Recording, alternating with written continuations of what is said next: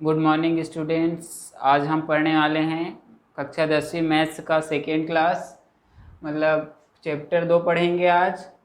दो चरों का रैखिक समीकरण या फिर liner equation of two variables. तो दो चरों का रैखिक समीकरण होता क्या है, उसके हल कैसे निकालते हैं, उससे संबंधित क्वेश्चन पढ़ेंगे। तो सबसे पहले समीकरण, ये समीकरण क्या होता है, और जो पिछले अध्याय में पढ़े थे बहुपद। तो समीकरण में क्या होता है, इक्वल टू, मतलब जैसे मानक समीकरण होता है दो चरों का, a x plus b y equal to c. मतलब क्या है, a x plus b y का बराबर किसके, सी के बराबर है। इसी बहुपद को यदि a x plus b x plus c लिख देंगे तो ये क्या हो जाएगा, एक बहुपद। जब बराबर का चिन्ह नहीं रहेगा और अचर रहेंगे तब क्या रहेगा, वो बहुपद रहेगा। लेकिन यदि बराबर का चिन्ह लगा है मतलब क्या है, वो समीकरण है। इतना ध्यान देना। अब क्या पढ़ेंगे, दो चरों का, मतलब दो वेरिएबल्स रहेंगे, दो चर। यहाँ पर दो चर कौन कौन से हैं, एक्स और वाई। एक्स वाई चर है, मतलब वेरिएबल है जिसकी वैल्यू चेंज हो सकती है समीकरण में। और ए बी और सी क्या है, कांस्टेंट है, अचर पद है, मतलब इनकी वैल्यू निश्चित रहेगी, चेंज नहीं होगा समीकरण में। समीकरण में केवल वाई और वैल्यू की, वाई और एक्स और वाई की वैल्यू क्या होगी, चेंज होगी। तो दो चरों के समीकरण को क्या कहते हैं, रैखिक समीकरण कहते हैं। क्योंकि जब दो चरों का जब ग्राफ में दर्शाते हैं, एक्स और वाई अगर दो चर है, उसका समीकरण को ग्राफ में प्रदर्शित करते हैं तो हमेशा एक सरल रेखा प्राप्त होती है। ग्राफ बनाना बताऊंगा समीकरण के बेस पे, तब समझ आ जाएगा। तो ये याद रखना, दो चरों के समीकरण को ही क्या कहते हैं, रैखिक समीकरण। क्योंकि जब दो चर होते हैं तो ग्राफ बनाते हैं तो हमेशा एक रेखा प्राप्त होती है, इसलिए इसको क्या कहते हैं, रैखिक समीकरण।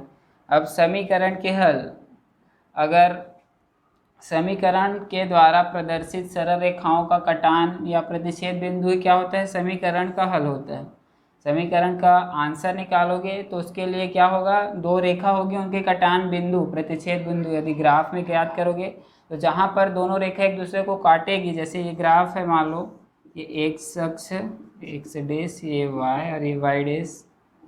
अब दो रेखा, अगर एक रेखा ये है और एक रेखा ये, तो ये दोनों रेखा एक दूसरे को जहाँ पर काटेगी, यहाँ का जो निर्देशांक होगा वही क्या होगा, एक्स और वाई का मान होगा, मतलब आंसर होगा समीकरण का।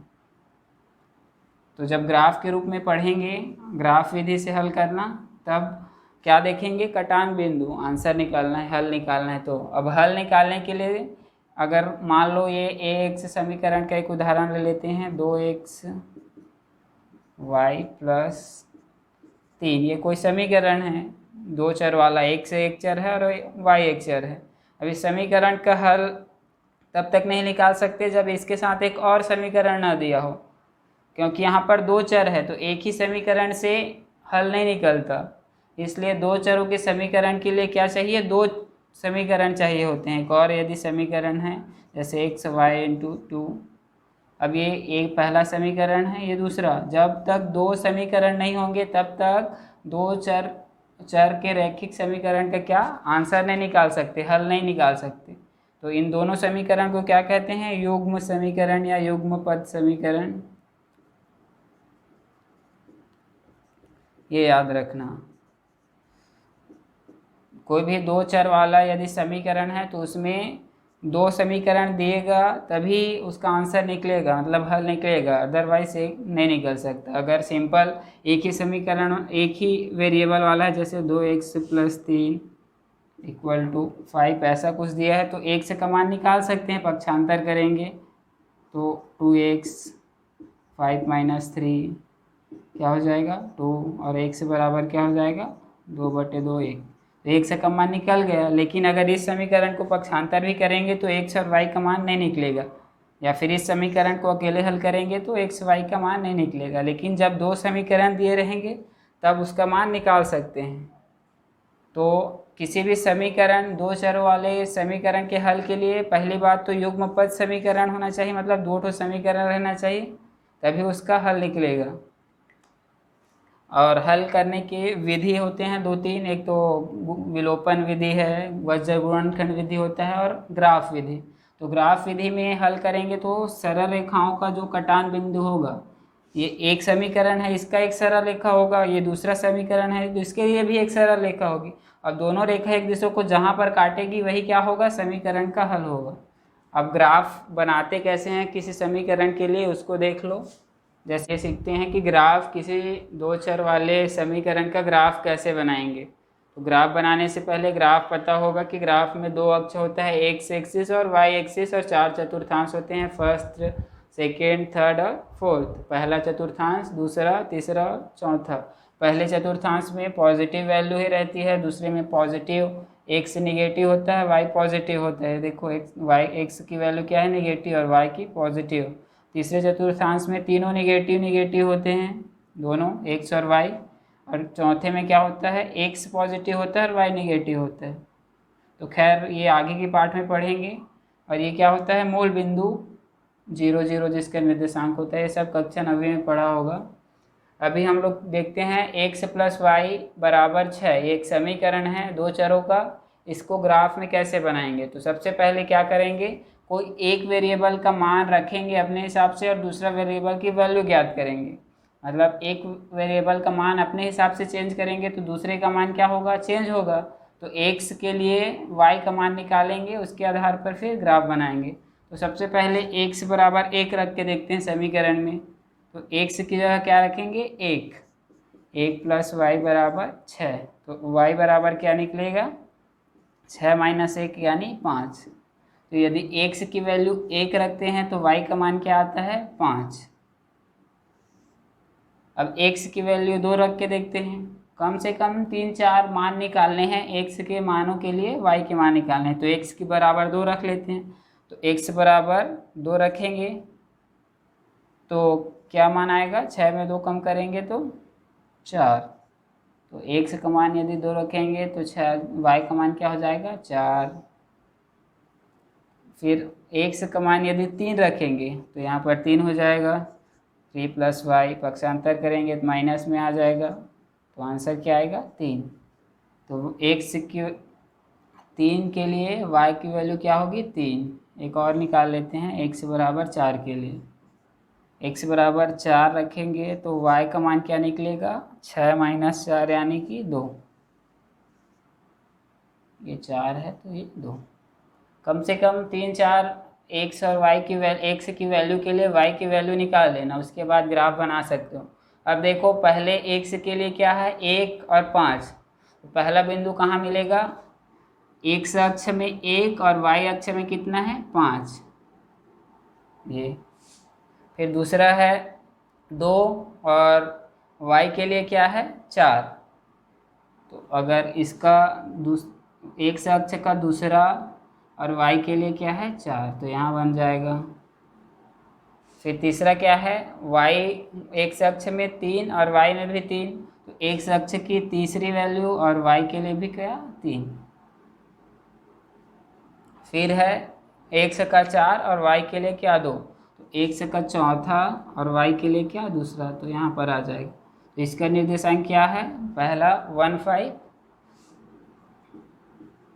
ये सेकेंड का है 2 4, और ये है 3 3, और ये है 4 2। तो देखो एक सरल रेखा बन रही है। तो जब भी दो चरों के समीकरण का रेखा के रूप में मतलब ग्राफ में बनाओगे तो हमेशा एक सरल बिंदु, मतलब बिंदुओं को मिलाओगे तो हमेशा क्या, सरल रेखा प्राप्त होगी।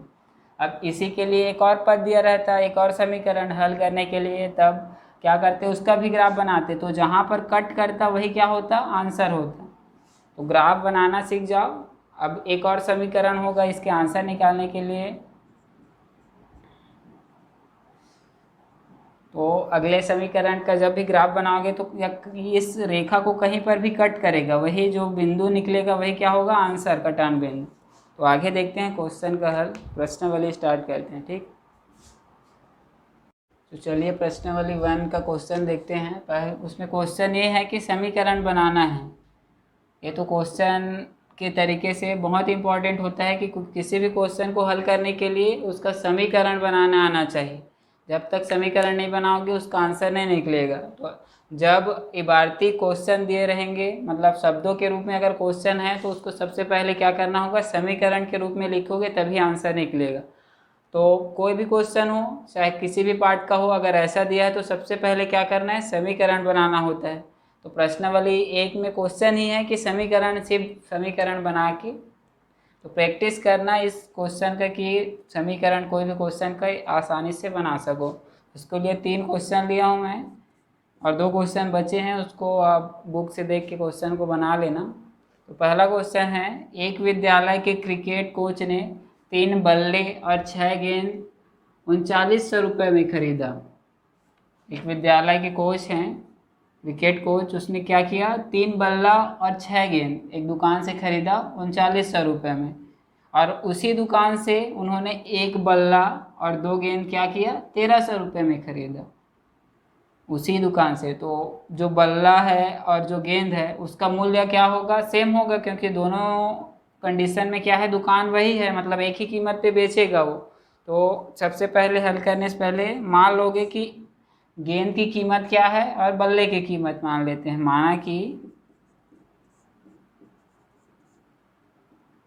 माना कि एक बल्ले की कीमत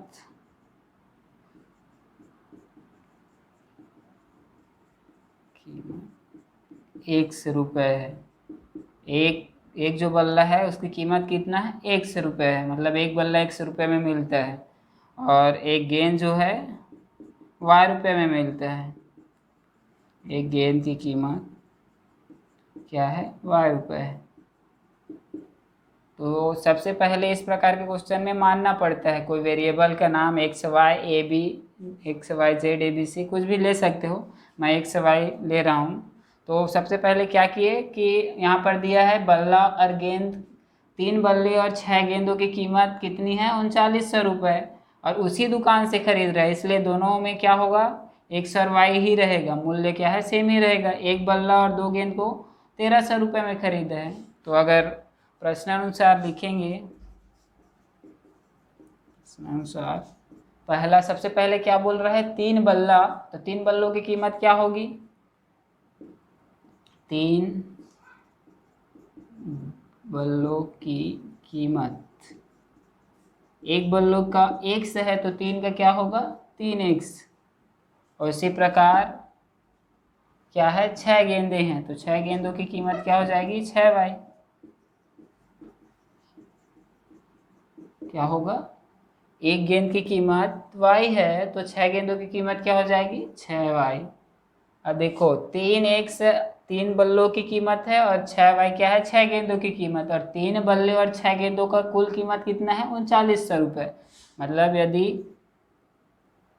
3x प्लस 6y को जोड़ दोगे तो कितना आएगा, 3900। तो ये क्या बनेगा, एक समीकरण बन गया। तो पहले कंडीशन के हिसाब से क्या है, 3x मतलब 3 बल्लों की कीमत प्लस 6 गेंदों की कीमत कितना है, 3900 रुपये लिखा है ना। 3 बल्ले और 6 गेंद मिलकर 39 रुपये में खरीदता है, मतलब इन दोनों को जोड़ेंगे, इनकी कीमत और इसकी कीमत को। तो 3 बल्लों की कीमत क्या है, 3y है, और 6 गेंदों की कीमत क्या है, 6y। तो सर आगे बोल रहा है कि इनकी कीमत, कुल कीमत कितनी है, 3900, इसलिए 3x और 6y को आपस में जोड़ेंगे तो कितना आएगा, 3900। अब दूसरा कंडीशन कहता है कि उन्होंने 1 बल्ला और 2 गेंदों कितना, 1300 में खरीदा। यहाँ पर लिख देता हूँ। तो 1 बल्ले की कीमत क्या है, 100 रुपये है, और 2 गेंद है तो 2 गेंदों की कीमत क्या होगा, 2y। तो 1 प्लस 2y कितना हो जाएगा, 1300। तो हो जाएगा दूसरा समीकरण। x क्या है, एक बल्ले की कीमत है, और 2y क्या है, 2 गेंदों की कीमत, और दोनों मिला के कितना है, कुल 1300। लिखा है कि 1 बल्ले और 2 गेंदों की कीमत कितना है, 1300 रुपये में खरीद के लाता है। तो 1 बल्ले की कीमत हुआ और 2y क्या हुआ, 2 गेंदों की कीमत, और दोनों का योग कितना है, 1300। तो इस प्रकार क्या करना है, सबसे पहले समीकरण बनाना है। जब तक समीकरण नहीं बना लोगे तब तक आंसर नहीं निकाल सकते। तो इस प्रकार की भारतीय क्वेश्चन में सबसे इम्पोर्टेंट होता है समीकरण बनाना। तो यहाँ पर एक एक शब्द को ध्यान से पढ़ा करो। जैसे कि इस क्वेश्चन में लिखा है कि किसी कोच ने 3 बल्ले और 6 गेंदें 3900 रुपये में खरीदी, मतलब 3 गेंद और 6 गेंद की जो कीमत है, दोनों कीमत को मिला देंगे तो कितना होगा, 3900 रुपये। और वहीं से मतलब उसी दुकान से खरीदा है, इसलिए जो एक बल्ले की कीमत एक से है, दोनों में लगा सकते हैं। लेकिन अगर कोई दूसरे दुकान से खरीदता हो सकता है वो, अगर किसी दूसरे दुकान से खरीदता तो हो सकता है उसकी कीमत अलग हो, क्योंकि वो एक दुकान अलग कीमत में बेच सकता है, दूसरा दुकान अलग, तो वहाँ पर ये नहीं लगेगा। यहाँ पर दोनों में क्या, एक्स और वाई को दोनों में यूज़ किए हैं, क्यों, क्योंकि दुकान सेम है, मतलब कीमत क्या है, एक्स और वाई ही है, इसलिए। तो एक एक शब्द, जब भी इस प्रकार के क्वेश्चन हल करोगे तो एक एक शब्द को देखना, यहाँ पर अगर कुछ अलग लिखा रहता है तो मतलब अलग हो जाता। तो एक बल्ला और 2 गेंद, मतलब एक एक बल्ला उसकी कीमत क्या है, एक से है, और 2 गेंद तो 1 वाई, मतलब एक गेंद की कीमत वाई है, तो 2 गेंदों का क्या हो जाएगा, 2 वाई, तो दोनों को जोड़ोगे तो कितना आएगा, 1300 रुपये। तो सेकेंड क्वेश्चन देखते हैं। सेकेंड क्वेश्चन में लिखा है दो संख्याओं का योग 16 है और उसका अंतर कितना है, 8। इसका समीकरण बनाना है। ये तो सिंपल लिखा है, दो संख्या ले लो, कोई भी दो संख्या है, मान लेते हैं, हमें पता नहीं है संख्या क्या है, तो एक्स और वाई या ए या बी मान सकते हो, दो संख्या है, उनका योग, दोनों को जोड़ोगे कितना आएगा, 16, और उनका अंतर यानी दोनों को घटाओगे कितना आएगा, 8। तो सबसे पहले लिखना, माना कि पहली संख्या या फिर लिख सकते हो माना कि दो संख्याएं एक्स और वाई है, इस प्रकार से भी लिख सकते, माना कि दो संख्याएं एक्स और वाई है, यानी पहली संख्या एक्स है और दूसरी संख्या क्या है, वाई। ये फर्स्ट नंबर पहली संख्या और ये क्या है, दूसरी संख्या।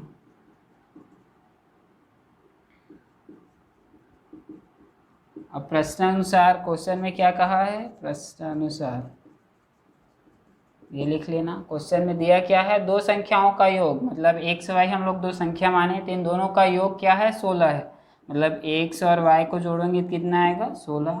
तो एक समीकरण बन गया। फिर है उनका अंतर, मतलब इन्हीं दोनों संख्याओं का अंतर कितना है, 8, मतलब एक्स और वाई को घटाएंगे तो कितना आ जाएगा, 8। तो ये सेकेंड समीकरण। तो इस प्रकार समीकरण बनाना है। ये तो सिंपल था, दो संख्या लेना है, कोई भी ले सकते हो, ए बी भी ले सकते हो, ए बी लोगे तो ए प्लस बी हो जाएगा 16 और ए माइनस बी हो जाएगा क्या, 8। तो वेरिएबल कुछ भी ले सकते हो, एक्स वाई जेड कुछ भी। और फिर तीसरा क्वेश्चन देखते हैं। तो इसमें यही ध्यान रखना, क्वेश्चन को बार बार पढ़ लेना, अच्छे से पढ़ लेना एक एक शब्द को, तभी बनेगा। जैसे कि यहाँ पर एक नरेश अपनी पुत्री को कह रहा है कि 7 साल पहले वर्तमान में जो उसकी आयु है उससे 7 साल पहले उसकी आयु, किसकी, मेरी मतलब नरेश की आयु उसकी पुत्री की आयु से कितना था, 7 गुना था। और अब से 3 साल बाद, मतलब अभी से आगे 3 साल बाद जो नरेश, मेरी आयु मतलब मेरी जहाँ लगा है वो कौन है, नरेश की आयु उसकी पुत्री की आयु के कितना, 3 गुना हो जाएगा।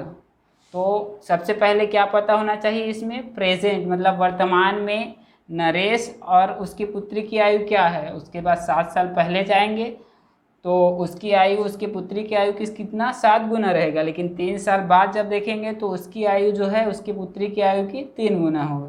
तो सबसे पहले मानना क्या है ये देख लेना, एक्स वाई किसे लेना है, यहाँ पर कीमत, इसकी कीमत, इन दोनों की कीमत को मिला के उतना हुआ है, तो कीमत लेना था। यहाँ पर दो संख्याओं को एक्स वाई मानना था, यहाँ पर किसको मानेंगे, इसकी वर्तमान आयु जो है नरेश और उसकी पुत्री की।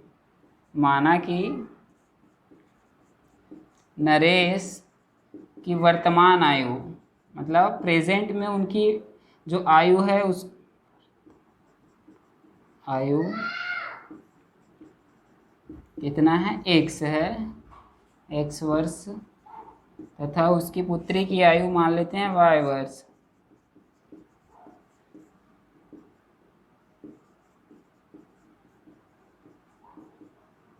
की वर्तमान आयु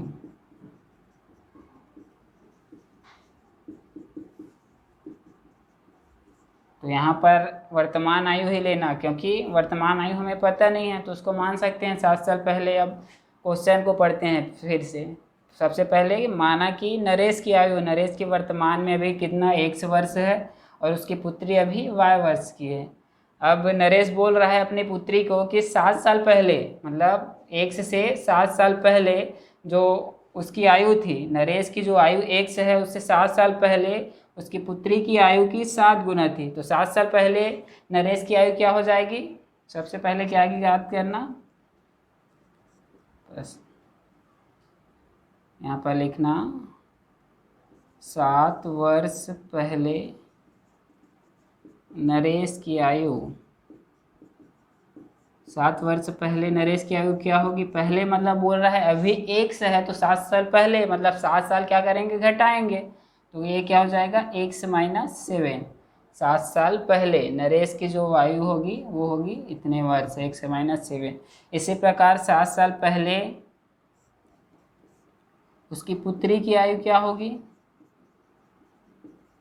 तो उसमें भी y में भी क्या करेंगे? 7 घटा देंगे तो उसकी पुत्री की आयु निकल जाएगी। अब क्वेश्चन क्या कह रहा है? 7 साल पहले मेरी आयु, मतलब नरेश की जो आयु है उसकी पुत्री की आयु, तुम्हारी आयु मतलब उसकी पुत्री की आयु से कितना है? 7 गुना है। जो 7 साल पहले नरेश की आयु थी उसकी पुत्री की आयु के 7 गुना है। तो यहाँ पर समीकरण बनेगा, प्रश्नानुसार लिखना, नरेश की जो आयु है 7 साल पहले क्या है? x माइनस 7 इतना है 7 साल पहले। अब नरेश की जो आयु है उसकी पुत्री, मतलब तुम्हारी आयु से, किससे?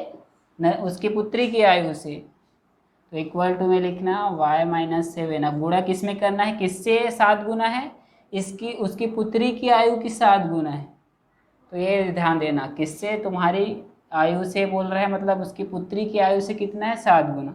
तो ये इसमें 7 का गुणा नहीं होगा, इसमें होगा, ये ध्यान रखना जब भी पढ़ोगे। तो जैसे यहाँ पर लिखा है मेरी आयु तुम्हारी आयु की 3 गुनी अधिक है, अधिक नहीं है, सिर्फ 3 गुनी है। अधिक होगा तो भी मतलब चेंज हो जाएगा, दोनों को बताऊंगा। तो मेरी आयु तुम्हारी आयु की 3 गुनी है, 3 गुनी हो जाएगी। क्वेश्चन में लैंग्वेज का बहुत फ़र्क पड़ता है। उसके बाद आगे क्वेश्चन में लिखा है 3 साल बाद जो नरेश की आयु है उसकी पुत्री की आयु की क्या हो जाएगी? 3 गुनी। तो उस गुणा किस में करोगे? उसकी पुत्री की आयु की 3 गुनी करना है। तो ये पहला जो समीकरण है ये होगा। इसको आगे हल करोगे तो स्टैंडर्ड फॉर्म में भी दिख जाएगा। फिर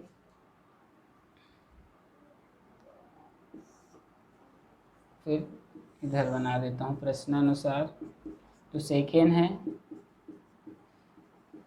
सेकेंड में क्या बोल रहा है कि अब से 3 साल बाद, मतलब अभी जो वर्तमान समय है x वर्ष है, उससे 3 साल बाद आगे जो नरेश की आयु है उसकी पुत्री की आयु की 3 गुना होगी। तो अभी x है तो 3 साल बाद क्या होगा? x प्लस 3 हो जाएगा नरेश की आयु। इस प्रकार लिख लेना, 3 साल बाद नरेश की आयु कितना हो जाएगा? x प्लस 3 हो जाएगा, मतलब x में 3 जोड़ देंगे और उसकी पुत्री की आयु में y प्लस 3 हो जाएगा। अब क्वेश्चन में बोल रहा है कि मेरी आयु x प्लस 3, नरेश की आयु 3 साल बाद उसकी पुत्री की आयु की कितना हो जाएगा? 3 गुना हो जाएगा।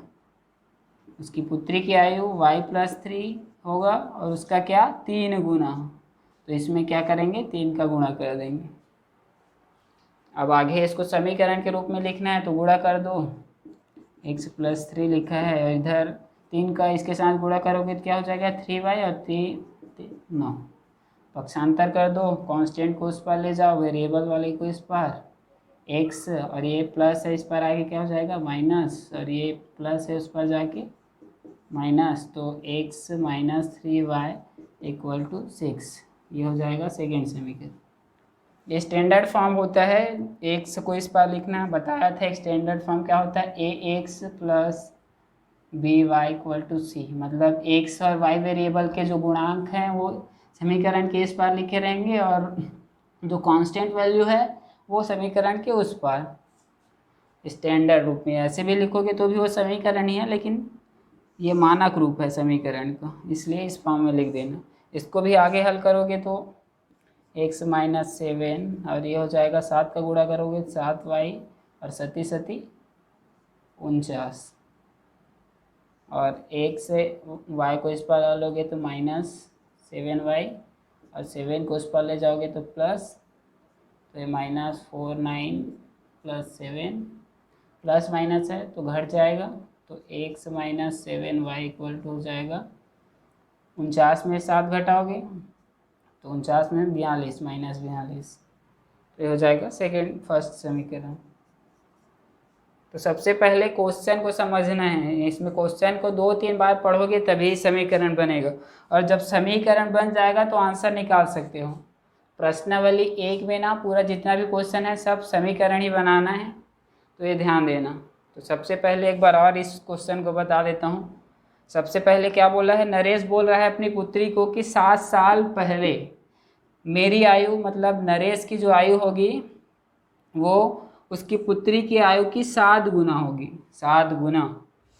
तो अभी मान लो नरेश की आयु क्या है, x है, और उसकी पुत्री की आयु क्या है, y है। तो 7 साल पहले उसकी आयु क्या हो जाएगी, x माइनस 7, मतलब 7 को घटा दोगे, 7 साल पहले बोल रहा है ना, इसलिए 7 को क्या करोगे, घटा दोगे। फिर मेरी आयु मतलब नरेश की आयु 7 साल पहले इतनी थी और उसकी पुत्री की आयु की कितने हो जाएगा, 7 गुना। तो उसकी पुत्री की आयु में क्या करना है, 7 का गुणा कर देना है।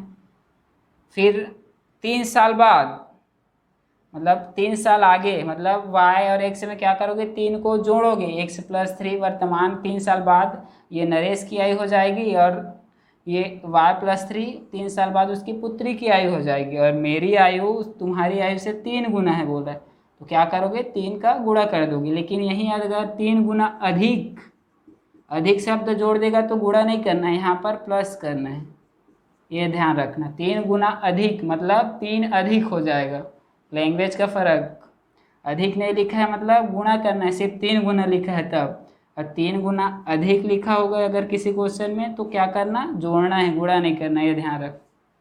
चलो अब अगला प्रश्न, नहीं ये आगे और एक क्वेश्चन है उसको देख लेते हैं ग्राफ वाला, फिर नेक्स्ट प्रश्नावली में जाएंगे, ठीक है। चलिए देखते हैं प्रश्नावली 1 का सेकेंड जो क्वेश्चन है उसके। तो समीकरण के आलेख चित्रों को देखकर उनके हल के बारे में बताना है, मतलब समीकरण ये पहला समीकरण है, ये दूसरा समीकरण, इसका ग्राफ दिया रहेगा, आलेख चित्र या फिर ग्राफ बना के क्या करना है, इसका आंसर बताना है। इनके हल क्या होगा, एक हल होगा कि अनेक हल होगा कि कोई भी हल नहीं होगा, ये बताना है। और आंसर क्या होगा, x और y के मान क्या होंगे। तो मैं पहले ही बता चुका हूँ कि जब भी ग्राफ में पढ़ेंगे तो एक समीकरण क्या, एक पूरा रेखा को डिनोट करता है। एक कोई भी एक समीकरण है 2 चर का, वो क्या करता है, एक पूरी रेखा को डिनोट करता है। और यहाँ पर क्या है, 2 समीकरण है तो 2 रेखा होंगे, और दोनों रेखा एक दूसरे को जहाँ पर काटेगी, कटान बिंदु या प्रतिच्छेद बिंदु, जब भी 2 समीकरण की रेखा बनाओगे, समीकरण को ग्राफ में बनाओगे, 2 रेखा प्राप्त होगी, और दोनों रेखा जिस बिंदु पर काटेगी एक दूसरे को, वहीं पर क्या होगा, x और y के मान। यहाँ पर x अक्ष का निर्देशांक कितना है, 2 है, और y का कितना है, 3। तो आंसर क्या होगा, x बराबर 2 और y बराबर क्या होगा, 3, सीधा आंसर। मतलब जहाँ पर 2 रेखा एक दूसरे को कट कर रही है उस बिंदु के निर्देशांक ही क्या होंगे, पहला वाला x का मान होगा और दूसरा वाला y का मान। और ये ग्राफ बनाते कैसे हैं बता चुका हूँ पहले से। उसके अलावा अब यदि कटान बिंदु 1 से अधिक हो तब क्या होगा, जैसे मान लो ये पहला समीकरण है, एक और ऐसी समीकरण है जिसका रेखा इसी के ऊपर बन रहा है, एक और रेखा बन रहा है एक और समीकरण के लिए, इसी के ऊपर एक और, जैसे कि कोई समीकरण मान लेते हैं, ये भी एक समीकरण है और इसका जो रेखा है इसी के ऊपर बन रहा है। तो यहाँ पर कटान बिंदु क्या होंगे, अनेक कटान बिंदु होंगे, किसी भी स्थान कोई भी बिंदु लो, दोनों रेखा क्या है, एक दूसरे के ऊपर ही है, समपाती है, तो कोई भी बिंदु को आंसर मान सकते हैं। यहाँ पर x और y के क्या होंगे, अनेक मान होंगे, इसलिए जब भी रेखाएं एक दूसरे के समपाती होगी, जब रेखाएं एक दूसरे के समपाती होगी, मतलब एक के ऊपर एक, समपाती मतलब क्या होता है,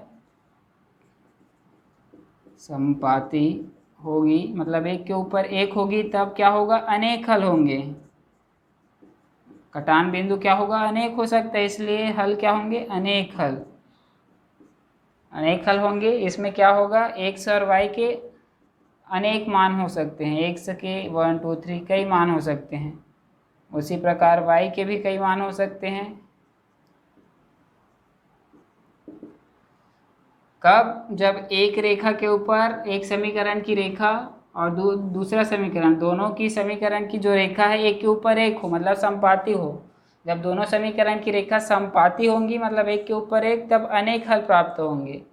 और जब दोनों समीकरण केवल एक ही बिंदु पर कट करेगी तो क्या, केवल एक ही हल प्राप्त होगा। एक ही हल को क्या बोलते हैं, अद्वितीय, मतलब केवल एक ही हल प्राप्त होगा। जैसे पहले वाले इस क्वेश्चन में क्या है, एक रेखा, एक समीकरण की रेखा ये है, एक ये है, तो इसका क्या होगा, एक ही आंसर होगा। कहाँ पर, यहाँ पर कटान बिंदु एक है, तो आंसर कितना होगा, एक। एक से बराबर कितना आएगा, 2, और y बराबर 3।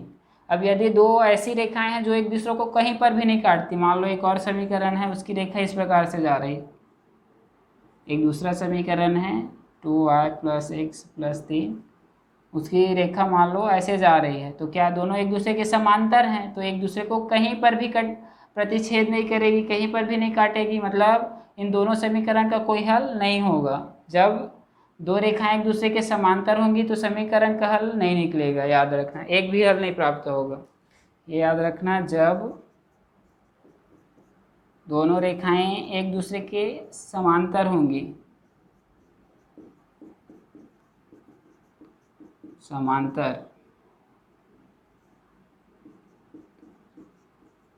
मतलब पैरेलल लाइंस जो होती हैं, समांतर रेखाएं, वो एक दूसरे को कहीं पर भी नहीं काटती। तो जब दो रेखाएं एक दूसरे के समांतर होगी तब कोई भी हल प्राप्त नहीं होगा,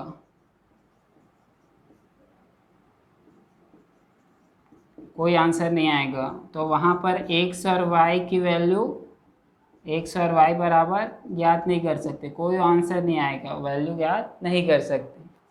तो तीन प्रकार के सिचुएशन हो सकता है। एक होगा अद्वितीय हल।